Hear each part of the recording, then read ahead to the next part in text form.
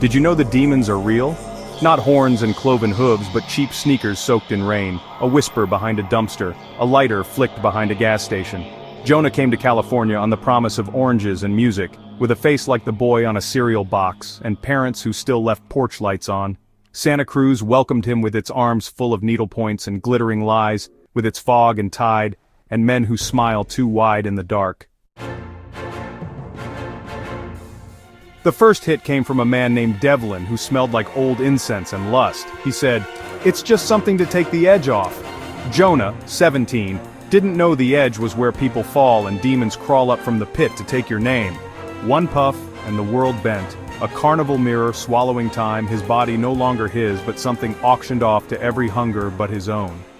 Meth is not a drug, it is a portal. It opens doors that should stay sealed, that monks once prayed over, that mothers still weep about. 3 weeks later, Jonah could no longer feel the difference between his voice and the shrieking inside his spine. He slept under the tracks, ate from behind Safeway, and gave his body to any hand that held the ghost-white pipe. Men came in vans and offered pizza, a warm bed just for the night. They never asked what Jonah wanted. They asked only what he would endure. And when he looked in the mirror, that piece of broken glass near the riverbank, he saw someone else staring back, a shadow with no eyes, a grin that moved like worms in meat. The miracle came on a Sunday. Rain had made the streets shine like glass. He lit the pipe. Time broke. Everything slowed to a breath. And in that breath, he saw a man. Not one of the users, not a monster with a candy-colored tongue, but barefoot and glowing like sunlight through honey. Jesus, not the picture from his grandma's wall, but something older, wiser, sadder. He looked at Jonah, not with judgment, but with knowing. "This is not your path," he said. "You are still loved." Jonah dropped the pipe. He walked barefoot to the Greyhound station and bought a ticket with quarters and one crumpled 20 someone had forgotten in a coat pocket.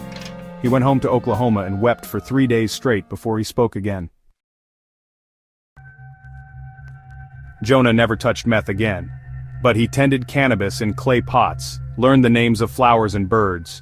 He found peace in plants that healed instead of devoured. He still sees shadows sometimes. When he walks alone at dusk, when a radio hisses static, when the wind brings sea salt and rot.